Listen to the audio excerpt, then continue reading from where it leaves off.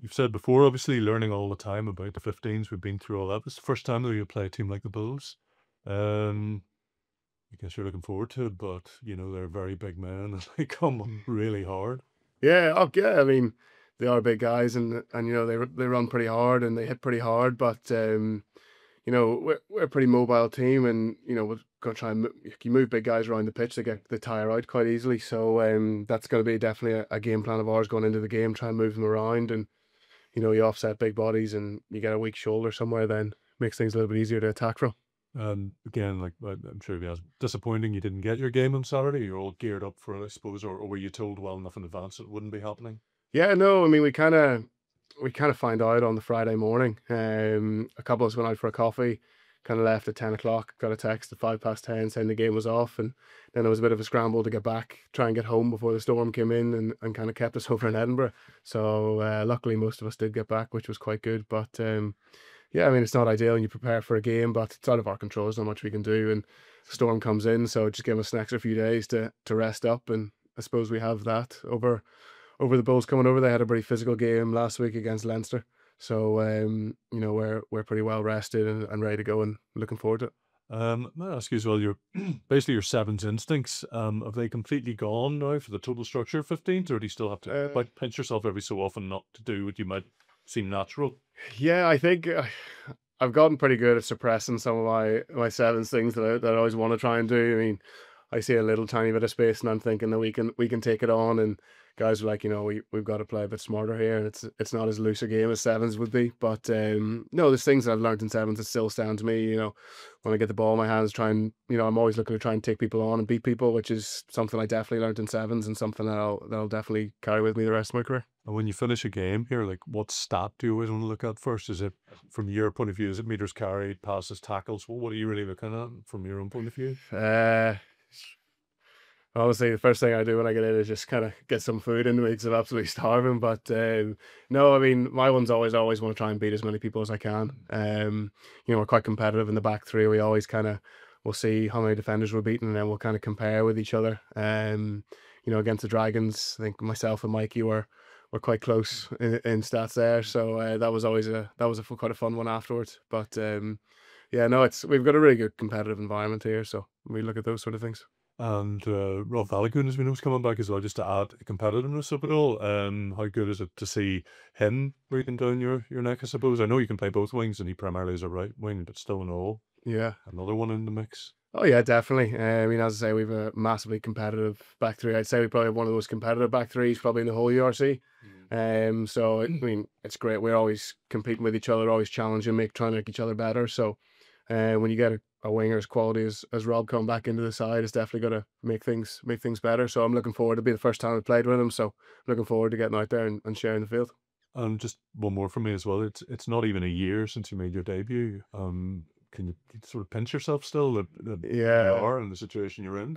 Yeah. I mean, I kind of funny. I was talking with a couple of friends. The last kind of probably 18 months for me have been a bit of a crazy 18 months from, probably 18 months I was playing in Olympic Games to now kind of trying to regularly start for Ulster is just, goals change and things change and stuff like that. But no, as I say, I'm just trying to learn as much as I can and enjoying the ride, and hopefully it doesn't end anytime soon. Thanks, Zach. Right. That's it. Zach, don't know if you've watched it yet. Oh, you probably have the Bulls from last weekend against Leinster, and you seen the joy that Leinster got out wide. You must as a winger, you thinking, God, you must be looking forward to this. Oh yeah, definitely. I mean, yeah, we watched that game, and it's definitely opportunities that we seen anyway. And us as a back three are kind of like looking forward to getting the ball, and the way we're trying to play this year, we like to move the ball around a little bit more and give it to our wingers, which is really good. So no, I'm looking forward to it. I mean, as long as the weather stays dry, I'll be happy enough. No wonder. Yeah, so I suppose that this is a great challenge now of what Mark Sexton's brought. Everybody's spoken very highly of him, uh, and the new quicker style of play. So this has been a great barometer. You see how far that's coming along. Yeah, definitely, definitely. We're all as players really enjoying the way that Mark wants to play. We've all really bought into it, and I mean, we've only played one game, so it's probably hard to judge just yet. But we seem to think that it works pretty well, and we just continue to learn. Yeah, we've got a tough challenge this week, but if we just play our game, we could score a few tries. And just one of those guys, but like Jacob. you're always playing with a smile on your face. Yeah. You really seem to be enjoying it at the minute. So that's just must have added to the frustration then last Friday when you got that message. Oh, Sales off tip, Jason. for a brief minute, yeah, you're a bit like, geez, we're looking forward to playing. We were playing, myself and Werner playing against two Lions would have been a really good challenge and something we were really looking forward to, but can't really dwell on it. These things, like, it's out of our control. There's not much we can really do. And then just on the playing with a smile, like, yeah, I mean, we're in a pretty fortunate position. We get to play, do what we love as a job and play the game that we all really love. So as long as we keep enjoying it, then we're in a really good place. You could have been playing against a couple of Lions this weekend. You're playing probably against a few World Cup winners. Yeah. Willie LaRue, Pollard, they're all traveling parties, so a great challenge to look forward to. Yeah, it's exciting. I mean, we want to play against the best players in the world, and I'm really looking forward to the challenge. Like, we know what they're going to bring. We know the kind of players they are and the caliber of players that they have in their arsenal. And from me personally, I'm just really excited to play against them, test myself, to see where I'm at against some of the best players in the world. Cheers, Zach. Nice. Just like what Michael was saying, when you broke through against the Dragons and Ducky's on your shoulder, your sevens instincts would have probably been to go, but you passed it inside. Is it sort of adapting and learning the 15s? A little bit, yeah, and a little bit of Ducky kind of keeps nagging me every week that if I make a line break, to slow up and try and find the ball because he wants a few tries. No, I think, yeah, if I played sevens, I probably would have tried to back myself and go into the corner, but I'm not playing sevens anymore. I'm playing 15s, and the right option was to give it back inside to Ducky for the easier score. And obviously this week the Bulls can beat physicality. Oh yeah, definitely. I mean, you take guys' legs away from under them, you can't really run too far. So they've got big guys, and we try and move them around the park, try and beat them with speed, and yeah, create a bit of space for us out wide and try and score some tries. So say you got their game off, you got it, but maybe not the worst thing coming into the Bulls, give their bodies a week's rest. Yeah, look, I think, well, you're looking at Edinburgh, a very, very physical side as well. A lot of international players are picked to play last week, and Bulls will be the same. They're an exceptionally strong team. Finalists numerous years. A lot of Springbok players, a lot of guys with league experience. So talent all across the board from all the way 1 to 15. So have they prepared differently? I may be wrong in this, but pretty unique where you play 3 South African sides in a row in this league. Yeah, but look, I think that brings its own challenge, obviously, in terms of making sure everybody's fresh and ready to go and mentally on the game. But like, quality opposition is where you want to be playing against, and with no doubt all three of those sides are extremely quality sides, and will pose all unique challenges, slightly different on some occasions, but yeah, looking forward to the next block. Exciting. They score a lot of points, but they also concede a lot. Yeah, look, I think probably there's a lot of boys involved with the Springboks as well, and but they've got quality. They've got like guys with international experience replacing guys with international experience, which is pretty unique. But look, they're brilliant athletes. Look, we've got to kind of focus on ourselves and make sure we're in the best position possible to front up on the weekend. Check. How close is Robert Balkan? Is he ready to go on Saturday? He's close. Like the boys have been pushing him to his limit, just making sure he's ready to go. He's in good space to train with us and available for selection. Just Jacob and Michael, how do you rate their chances? Everybody's kind of pushing for selection on the weekend, so we've got a pretty decent clean bill ahead. There was 2 further changes for Edinburgh. Was that just horses for courses sort of thing, or is it just getting as much game time and as many players at the start of the year? Bit of both, to be honest with you.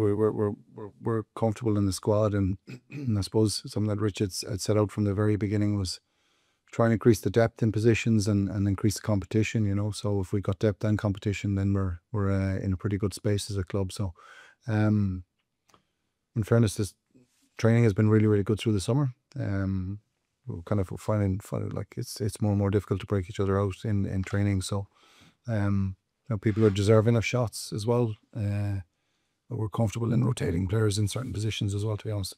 Excuse me. South African rugby, some bit of a high at the minute. One of the championship, of course, the 2 World Cups, and the Bulls are flying this season. Their game plan too, their style is slightly changed. Of course, they're still got the big dominant pack that the Bulls are very impressive up front. against Leinster, but when they moved it out wide, they were very, very clinical as well. So something you just keep an eye on to it. South African teams are just no longer just they're on the one style of play. Yeah, look, I think that can be a bit of a myth, I suppose, in terms of they can't, like, my God, like some of the players that are in that back line that they have, and the ability and the vision they have is incredible. And you couple that with the size of the forward pack, you know, you've got a very, very difficult prospect on your hands. But look, by all means, they've been 2 World Cups, as you say. That doesn't happen by accident. You got to be able to play as well. So like they're very, very good at their basic stuff, but they also have massive X factor also. Sure, Julie, thank you. What did your weekend end up looking like in terms of the team? What you were able to put the teams through? Like, do you organise like an inter-squad game or something to give them some kind of a head out, or do you just give them a weekend off altogether? Look, you just get everybody home and freshen them up and get ready to go. We trained, it's obviously a Saturday game, you know, so we trained a little bit lightly just to just keep people moving, you know, but finally tuned athletes, you just got to make sure they're pointing towards Saturday or Friday, depending. But yeah, look, it would have been ideal, play the game and return home. But look, thankfully everybody got home safe and we're pretty fresh on Monday. What are the challenges then of having not had a game? Like, obviously with rugby, you kind of get into a routine of train during the week, play at the weekend, train during the week, play at the weekend for a certain block. Whenever you have one of those weekends gets rolled out, is there a massive adjustment that is needed whenever you then go into the next week, or not? No, not really. I think, look, probably everyone's professional, you know, they kind of, you get back on into your next target. It was more disappointing than anything else. Probably emotional kind of threshold. You rise it for a game and then the game isn't there, you know, so that's something that's, like, the staff felt that as well as the players, you know. Thankfully I'm not on the pitch anymore, but you know, you just got to get over it. It's just part of the season. That game will be refixed at some point. I don't know when, but you know, so we'll have to rise to that challenge again then. Is it a bit of a disappointment that it looks likely that the game will be rescheduled during an international window just because of the way the calendar is? Is that a bit of a disappointment because of the strength of the two teams that we're going to be facing each other on Friday? Probably, yeah. At the initial point, it was just disappointment. I think both teams were ready for a game. We had a good preseason, kind of hit out against each other, and 2 young sides ended up playing each other in that game, you know, so it would have been good to see where we're both at. But yeah, unfortunately, got to move on pretty quickly. You don't get time to look back, and unfortunately, just got to get forward to the next task. So we've got a massive challenge on Saturday. Bit of a left field one, but I saw Munster saying they'd be happy to play a game in the US if that came to be. Would you guys be happy to do the same? Yeah, I couldn't tell you. I love being involved here. The noise here is incredible, so I'm quite happy. If it was a home game to be stuck in the stadium, I'm pretty happy. How do you generally prepare for the bigger collisions against bigger men up front that you'll be facing, not only this weekend, but then, as already been alluded to, the following 2 weekends over in South Africa as well? Yeah, look, I think probably for us, we would have a base fundamental kind of plan, just around our contact both sides of the ball, what we go after, and just kind of being as true as you possibly can to that. You know, if you try and meet, you know, collisions head on, then you're going to get what you deserve. We just got to be smart about how we do it. Make sure we implement our game plan consistently throughout the 80 minutes, and make sure that boys understand the importance of getting our stuff right. Including the scrums, obviously it's a very, very big area too. Are they two or also massive usually? Yeah, look, they've a lot of quality in that team, you know, so like on the tight head side, numerous guys, Lowe, Smith, you know, loose outside Vessels, you got Steenkamp. The hookers are all very, very accomplished grobbler. You know, these guys know what they're doing, and they got a big back five also, you know, so they're very, very complete scrummaging unit, very, very keen to get forward and cause you some problems there. So look, number one is mentally you've got to be on your mark to at least combat that, and then tactically then you can adjust little bits and pieces as you go. South African packs. Do you approach a game mentally different when you're playing South Africans, or is it just trust your process? Yeah, it's probably a bit of both, to be honest. We've obviously got a couple of South Africans in the squad, so they can come and give you a good insight. But now we've played them over the last few years a good amount of times, home and away. it's always kind of the same kind of challenge, and you know what to expect. It's very confrontational. So yeah, South African packs this is the first one of 3 now over the next 3 weeks. So as I said, we've got to kind of trust the process of what we've done, the work over the preseason, and yeah, and then just kind of mentally just bring our best foot forward as well. So it's probably a bit of both. Can you actually physically feel the difference when you're up against the South African pack, or is it just sort of the same once you get your head in the scrum? It's hard to really think too much when your head's in there, but no, it is in fairness, like, you know how much they kind of pride themselves on set piece. I think obviously at the box it kind of starts from there, and then all their kind of 4 teams have similar mentalities in how they approach set piece, whether it's maul or scrum. So yeah, I guess for us it's meeting that challenge, and not kind of not getting caught out on it. So it'd be a good challenge this week for us. I said 1 of 3 coming up. So the Bulls have got an unbelievable set piece across the board, and I believe obviously a few of their box are going to be back as well. So look, it's a great challenge for us to see the amount of work. We've obviously played 1 game this year, did a great amount of work over the preseason, but obviously haven't had too much game time. 1 preseason game and then one proper fixture. So look, it's going to be a great challenge, but as I said, you just have to kind of meet them. Do you just want to try and change their game plan? I assume they just try and get the ball in and just out of the scrum as quick. You don't want to let them get a shove on. Yeah. Well, I get that's up to the coaches, I guess. I think for us, it's kind of just, as I said, sticking to your process and just sticking to your kind of routine. And yeah, look, as I said, like, things can change as the game goes on, but I guess you won't really know fully until Saturday evening when it gets going. So, but no, like, for us, it's just backing our process, the work that we've done, and kind of keeping to that. And just on sort of personal level, you've ditched the scrum cap this year. Any scientific reason behind it, or you just feel more comfortable without it? No, I think I ended up taking it off a lot last year, and it was kind of annoying me. I think the straps got loose at the back, and then I think I accidentally put one in the washer as well, and it went real soft. So I didn't really have any at the start of the season. I forgot to order some, and the ones I like, I think, come from New Zealand, so they take a good amount of time to arrive. But nah, I just kind of said, look, just go without it, and just kind of shave the hair off, so there's nothing to really grab at either. So just keep it like that, and hopefully, but nah, it's nice to be without it for a little bit. Have you found it's made a difference, or is it just psychological? Nah, just kind of just psychological, I guess. I guess it's just that just playing without it, I probably felt a little bit weird, but nah, not too weird. Just didn't have it, so I really had no choice. So Cheers, Tom. Cheers, thank you. Hi, Tom. How about the loose head projects? It's still something that's alive.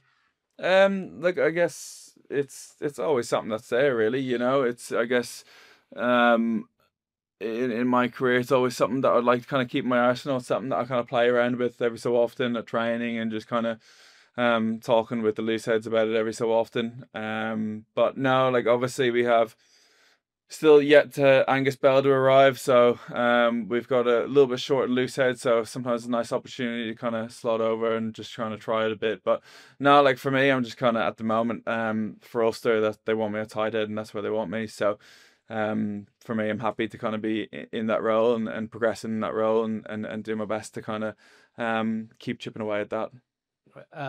Have you been impressed with the Bulls this year? Yeah, I really have. Obviously, they've had 2 games at home. They kind of show of exactly what makes them a really good team, and why they were in the final last year against Leinster in the URC. Obviously, massively set piece orientated team, really physical in their carries. Their backs are real dangerous on transition and loose ball. So look, they have weapons across the board, and they've been a really good team. And I'm sure with a few of their box back, which then will probably feature this week as well, it's going to be a real good challenge. It's close to a fully stacked Bulls team. So yeah, it'd be a good challenge for us. Yeah, close to fully stacked.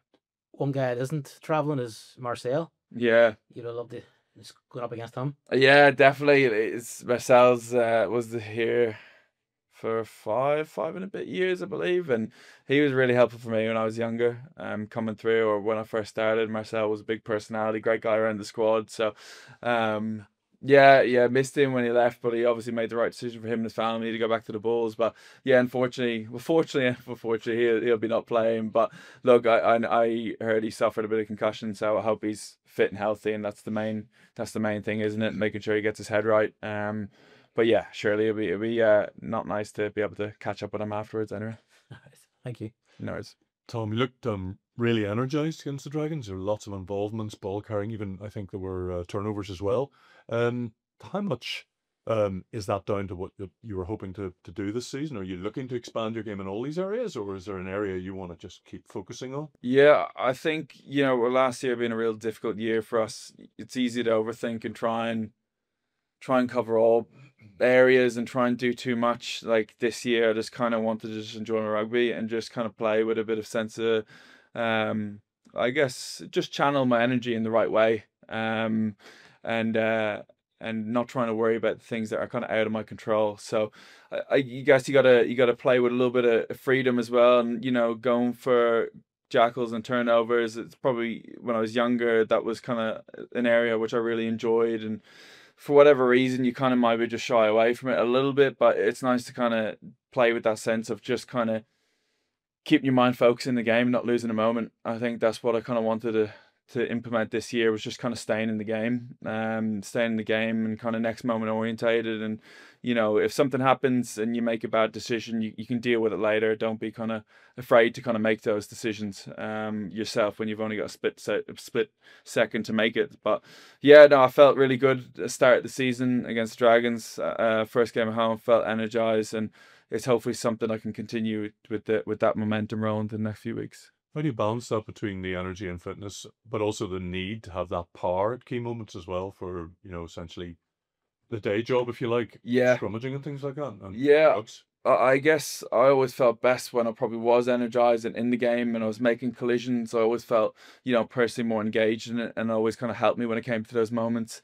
Sometimes when you're not involved for 2 or 3 minutes, you can kind of miss a beat, and then all of a sudden you're defending a maul, you're in a scrum, and you kind of needed to go, oh, I need to switch on now. Where I find kind of, as I said, that trying to mentally stay in the game as much as possible, and not mentally fatiguing and dipping out for a second, just trying to stay in it, which kind of helps me. You kind of feel a bit more energized because you're just focused on what you need to do. You don't really think about, oh, I'm tired or sore or whatever it may be, or whatever happened a couple of minutes ago. You're just kind of focused on what's right in front of you, and I felt like that's really helped me, and that's kind of when I played my best. I feel like that's where I was mentally. And how do you get there mentally, though? All the preparation to be there mentally, is that against psychologists or the sports psychologist sort of thing? Yeah, it takes a bit of everything. It takes a bit of kind of, a lot of guys do different things, whether it's journaling, or a lot of guys kind of talk to professional people about it. I've put my hand in kind of everything and dabbled a little bit of everything, and kind of got a nice kind of routine now, which kind of keeps me focused. But yeah, and then obviously it's when you maybe get too carried away or whatever, you kind of try and bring yourself back down a little bit as well. So there's heaps of techniques that we've been given with our kind of sports psychologists as well, and the work that being that Ireland environment over the last few years with Gary Keegan there's a lot of things that they've kind of give us that now is probably it's nice because you have so much tools that you can use. But yeah, I did a lot of work over the summer just with myself personally, and as I said, last year was a really difficult year for us. Obviously finishing 14th wasn't easy, so before things can change with the team, the individual has to look at themselves and go, right, what can they change about themselves a little bit? So, I felt, last year when we were scored on or whatever, your mind might drift for a couple of minutes. I didn't want that to happen this year. Just next moment focus and just staying in the game for the 80 minutes. Okay. I think you're 27. I think you've recently turned. You seem to have been around forever, but Yeah. as a prop, Yeah. that's still really, really young. In theory, touch wood, you've still got a long road to go. Again, how do you kind of approach that? Because there could be, you haven't even hit the peak yet. Yeah. Each prop. Yeah, thanks, Tom. I feel I'm still young, and within the squad, I don't feel too young. I'm fit on the older side with the age demographic of our squad. But yeah, certainly, I've been within Ulster for, I think this is my 8th season. So, playing at a real high level, and obviously being around a lot of good guys. I've been within the group, as I touched on Marcel, and taking those learnings from those guys, and on to Richie now as a coach and stuff, and with Jimmy Duffy as well, which has been excellent for our forwards. But yeah, no, I guess for me, as I said, is just trying to take my performances to week to week, to really enjoying what I'm doing, enjoying it every day. And as I said, all I'm worried about is just kind of my performances week to week without getting too ahead. I hopefully, over the next couple of years, develop into a really, really good tight head. And yeah, like as I said, it's been a good start to the season. You see, we've only had one game, but no, it's exciting. It's exciting the next couple of years. I said before, traditionally a tight end getting into their peak, but I said I've had a lot of experience over the last 8 years to get me where I am today. So yeah, just want to enjoy it and just put my best foot forward every week. You're part of the leadership group, I think, anyway, that if it did come to it and you had to lead the team, you wouldn't have any problem doing that, presumably. I don't know if you've any experience leading teams. Oh, I've never been asked, or it's never really come my way. But no, I've never really thought about it, to be honest. Like, I try and maybe everybody tries to lead in their own way, whether it's through actions or through words. And like, we've some unbelievable leaders here. I sometimes believe maybe too many voices can cloud the mind a bit and kind of confuse. But so I just try and kind of help the guys, especially guys in my position, or props or front rowers, or just wherever we can be, kind of just sit down and talk about it together and try and lead through that way. But no, look, like if it was ever a game to me and I was the last person that they needed, then you'd be there to do whatever was needed for the team. And just one last thing for me, the Ireland squad's announced next week. Mhm. A big thing, you desperately want to be part of it and start Yeah. pushing on, because you only got what I think Portugal was the bench on, Yeah, which is probably a bit disappointing for you with the 2 games, but that's obviously a very big target for you as well to push on there too. Yeah, look, as I said, it's disappointing we didn't get the game against Edinburgh. It'd be nice to be able to get a couple of games before going into that autumn series before the selection. But no, look, it's always an incredible honour being part of that group and being in that environment, and it's one that I would love to be a part of. But as I said, for me, with this season, we're trying to kind of, where I am mentally, trying to take it moment by moment. It's been just week to week. Haven't been trying to think about it too much. Just trying to make sure that my performances are up there, and I'm staying consistent with that and doing what I can to put Ulster into a good position to perform well. And I could do that by performing well myself. So whatever it may be in the next few weeks, but as I said, just playing well with Ulster is my main focus. Okay. Thank you.